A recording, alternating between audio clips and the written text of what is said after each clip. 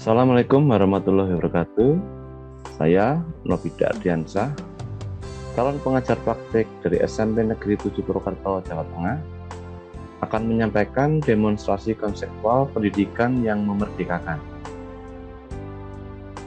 Pemahaman tentang prinsip pendidikan yang memerdekakan, bahwa pemahaman tentang filosofi pendidikan Ki Hajar Dewantara yang menjadi landasan transformasi pendidikan Indonesia yang berpihak pada anak, yaitu yang pertama, menuntun. Menurut Ki Hajar Dewantara, pendidikan merupakan proses menuntun segala kodrat anak agar mencapai keselamatan dan kebahagiaan. Pelaksanaan pendidikan yang menuntun sesuai dengan sistem Among, yaitu seorang guru bertindak sesuai dengan norma dan berusaha memenuhi kebutuhan yang diinginkan peserta didik. Yang kedua, merdeka. Menurut Ki Hajar Dewantara, proses pendidikan yang menuntun tersebut harus tercipta secara merdeka, hidup tidak terperintah dan bisa menentukan arah tujuannya sendiri. Yang ketiga, kodrat anak. Pendidikan juga harus mengedepankan kodrat anak, yaitu bermain di mana melalui bermain anak juga bisa belajar. Belajar tidak hanya berada di dalam kelas, tetapi justru dengan melalui bermainlah belajar anak menjadi lebih menyenangkan. 4. Pendidikan yang menghamba pada anak. Seorang pendidik yang revolusioner seperti Ki Hajar Dewantara harus bisa menghamba kepada anak. Menghamba di sini berarti mengembangkan potensi yang dimiliki anak dengan menerapkan pembelajaran berdiferensiasi. 5. Konsep budi pekerti. Menurut Ki Hajar Dewantara, pembelajaran yang diberikan kepada peserta didik harus mengajarkan budi pekerti yang baik, karena kita berada pada wilayah yang menganut adat ketimuran yang mengedepankan sopan santun. 6. Anak bukan tabula rasa. Anak bukan tabula rasa artinya bahwa seorang anak dilahirkan bukan sebagai kertas kosong, melainkan sudah ada kodratnya sendiri. Tinggal bagaimana kita sebagai seorang guru untuk mendidiknya.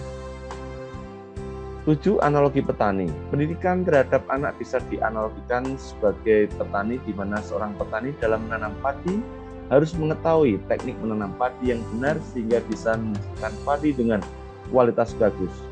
Bila benih padi sudah bagus tetapi lahan yang digunakan tidak cocok dengan perkembangan benih padi, maka hasil panennya tidak akan baik. Begitu pula dengan seorang guru, bila siswanya sudah berkodrat baik, tetapi proses pembelajarannya tidak sesuai, maka output yang dihasilkan menjadi kurang maksimal. Pemahaman tentang pendidikan yang memerdekakan menurut pemikir-pemikir yang selaras dengan pemikiran KHD dan menjadi acuannya. Yang pertama, Montessori, mementingkan pelajaran panca indera hingga ujung jari pun dihidupkan rasanya. Menghadirkan beberapa alat untuk latihan panca indera dan semua itu bersifat pelajaran. Anak diberi kemerdekaan dengan luas tetapi permainan tidak dipentingkan, padahal notabene permainan merupakan kodrat dari seorang anak. Yang kedua, Probel, juga menjadikan panca indera menjadi konsentrasi pembelajarannya. Tetapi yang diutamakan adalah permainan anak-anak, kegembiraan anak, sehingga pelajaran panca indera juga diwujudkan menjadi barang-barang yang menyenangkan anak. Namun dalam proses pembelajarannya, anak masih diperintah.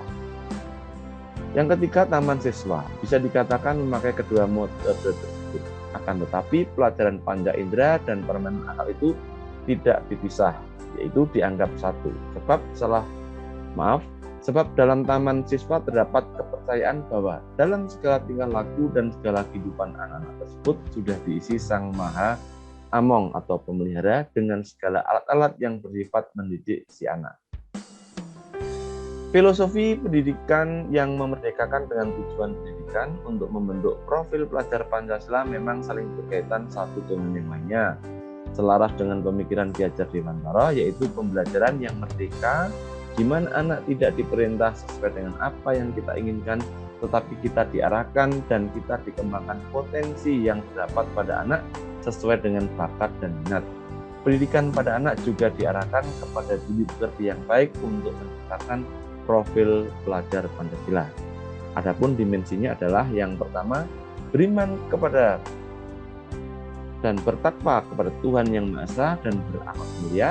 Yang kedua, mandiri. Yang ketiga, gotong royong. Yang keempat, berkebinaan global. Yang kelima, bernalar kritis. Dan yang keenam adalah kreatif. Keenam dimensi ini perlu dilihat sebagai sebuah satu kesatuan yang tidak terpisahkan. Apalagi satu dimensi ditiadakan, maka profil ini akan menjadi tidak bermakna. Terima kasih. Wassalamualaikum warahmatullahi wabarakatuh.